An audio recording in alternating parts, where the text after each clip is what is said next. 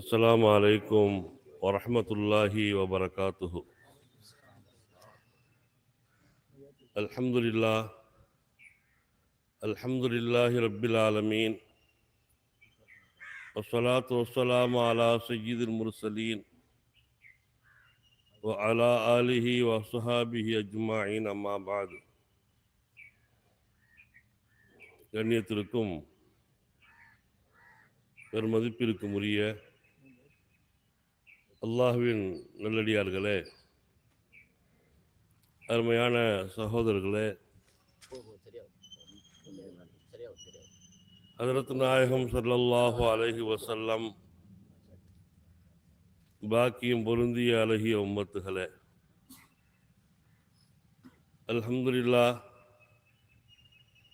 புகழெல்லாம் அல்லாஹ் ஒருவனுக்கு உரித்தாகுக. அல்லாஹ்வின் ஸலாத்தும் சாந்தியும்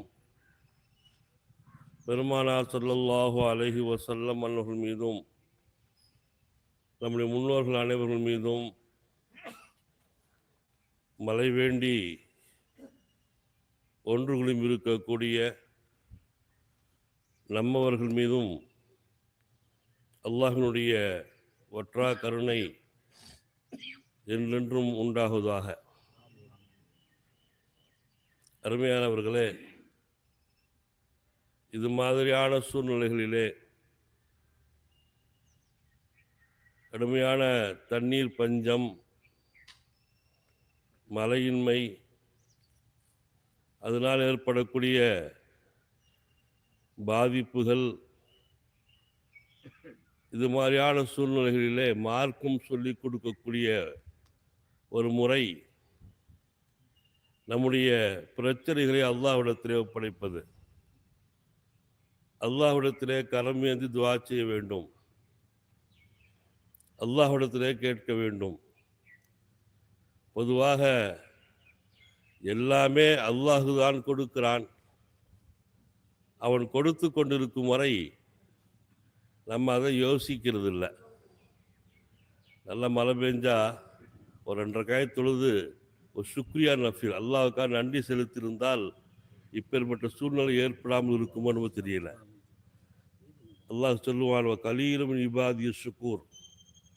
பெரிய சமுதாயத்தில், படைச்ச சமுதாயத்தில் கொஞ்சம் பேர் தான் நன்றியோடு இருக்காங்கன்னு அல்லாஹ் சொல்கிறான். உடம்பு சரியில்லைன்னு சொன்னால் அல்லாஹ் சொல்லுவோம், யாரெல்லாம் முடியலையேன்னு.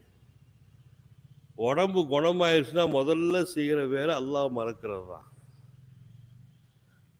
வீட்டில் ஒரு காரியம், ஒரு கல்யாணம் வைக்கணும், கல்யாணம் முடிகிற வரைக்கும் அல்லாங்கிறது.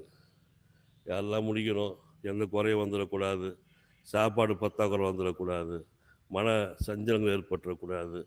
இப்படி எல்லாம் யோசித்து அந்த கல்யாணம் நடக்கும். அல்ஹம்துலில்லாஹ் பொண்ணு மாப்பிள்ளை சேர்ந்துட்டாங்கன்னா அதனால பள்ளியாசம் பக்கமே பார்க்க முடியாது. அவ்வளோதான் பார்க்கல. அஜய் துவா செய்யுங்க, அஜித்து கல்யாணம் வச்சுருக்கிறேன், அஜய் துவா செய்யுங்க, துவா செய்யுங்க அஜித்து. என் புள்ள படிக்கணும், அஜித்து காலேஜில் சீட்டு கிடைக்கணும். கிடச்சிருச்சு, அடுத்த பேச்சே இல்லை. அது ஒரு 3-4 வருஷம் கழிச்சு, அஜித்து என் பிள்ளைக்கு வேலை கிடைக்கணும். வேலை கிடைச்சிருச்சு, அல்லாஹ் நினைக்கிறதே இல்லை. இது இயற்கையாக எல்லாம் தொட்டு எல்லாத்துக்கும் பழக்கம் தானே. அது மாதிரி நேரத்தில் அவரை நினைத்து பார்ப்பதற்காக வேண்டி இது அல்லாஹ்வுடைய சோதனையாக கூட இருக்கலாம். எல்லாம் கிடச்சிட்டுன்னு இருமாப்போடு இருக்காதீங்க, என்கிட்ட தான் எல்லாம் இருக்குதுங்கிறது அல்லாஹ் நிரூபிக்கிறதுக்காக வேண்டி பல நேரங்கள் நடக்கிறது உண்டு. ஹஜ்ரத் நாயகம் ஸல்லல்லாஹு அலைஹி காலத்தில் இது மாதிரி சூழ்நிலையில் கொஞ்சம் ஊருக்கு வெளியே சஹாபாக்கள்லாம் போவாங்களாம். போகும்போது அந்த ஆடைகளை பற்றி எழுதுகிறாங்க. ரொம்ப ஒரு பழைய ஆடை பிடிச்சிருப்பாங்களாம். சில சஹாபாக்கள் கிழிந்த ஆடைகள் கூட உடுத்திருப்பாங்களாம். ஆனால் அந்த ஆடைகள் சுத்தமாக இருக்கும். முகஸ்ஸின்னு எழுதுகிறாங்க. அந்த ஆடை துவைத்த ஆடையாக இருக்கும், ஆனால் சாதாரண ஆடையாக இருக்கும். அந்த ஆடைகளை உடுத்தி கொண்டு தான் போவாங்களாம். வயது முதிர்ந்தவர்கள், நடக்க முடியாதவர்கள் அந்த சபைக்கு அழைத்து செல்லப்படுவார்கள். ஏன்னா அவங்கள பார்த்தாச்சும் அல்லாஹ் மழை இறங்கி மழையை கொடுத்துருவானேன்னு சொல்லி கொஞ்சம் கால்நடைகளை அழைத்து போகிற பழக்கம் இருந்துச்சு. ஒட்டகத்தையும் ஆடையும் கொடுக்கும்.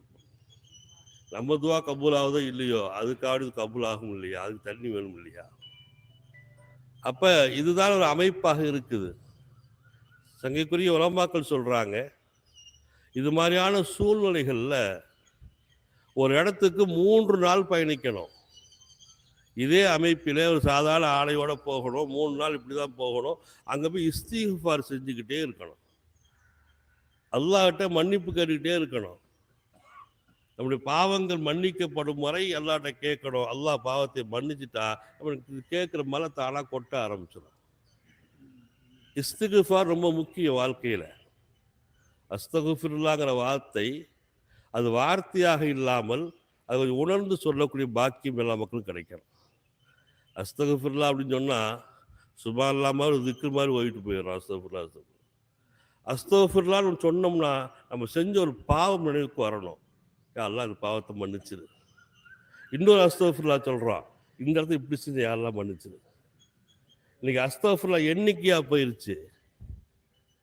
அது எண்ணி சொல்லப்படுகிற திக்ர் அல்ல, நம்முடைய பாவங்களுக்கான அல்லாஹ்ட்ட முறையிடக்கூடிய ஒரு சூழ்நிலை. இஸ்திக்ஃபார் அல்லாஹ்ட்ட செய்யணும். சங்கைக்குரிய இமாம் அபு யூசுப் ரஹ்மத்துல்லாஹி அலைஹி, சங்கைக்குரிய முஹம்மது ரஹ்மத்துல்லாஹி அலைஹி ஹனஃபி மதத்தினுடைய மிகப்பெரும் ஜாம்புவான்கள். இமாம் அபு யூசுப் ரஹ்மத்துல்லாஹி அலைஹி அவர்கள் இமாம் முஹம்மது ரஹ்மத்துல்லாஹி சொல்றாங்க, இது மாதிரி ஒரு இடத்துல ஒன்று சேர வேண்டும்,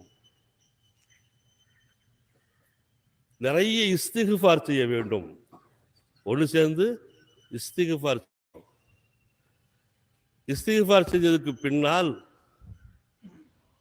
2 ரக்காயத் தொழ வேண்டும்.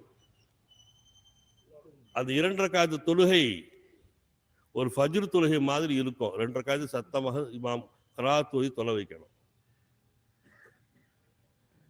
அந்த தொழுகை முடிந்ததற்கு பின்னால் குத்துபா ஓதப்படும். அந்த குத்துபாவில் நிறைய இஸ்திக்ஃபாருடைய ஆயத்துகள் சேர்க்கப்படும்.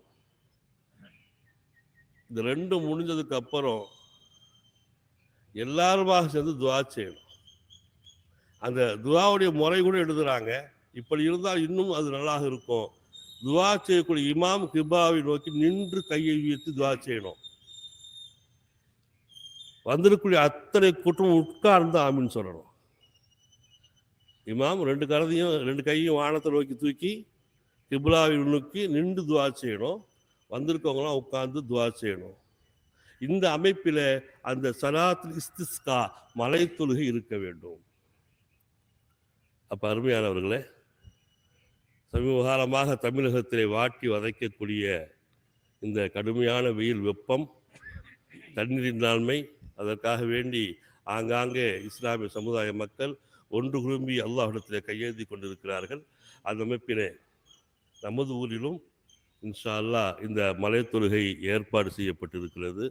அல்லாஹ்விடத்திலே பாவ மன்னிப்பு கேட்டு அல்லாஹ்விடத்திலே கரமேந்து துவா செய்வோம். அல்லாஹ் ஜல்ல ஷானுஹு தஆலா நாம் எதிர்பார்த்து கொண்டிருக்கக்கூடிய அந்த மலையை சிறப்பாக இறக்கி தருவானாக. இந்த துவாவோடு நிறைவுபடுத்துகிறேன். அஸ்ஸலாமு அலைக்கும் வரஹ்மத்துல்லாஹி தஆலா வபரகாத்துஹு.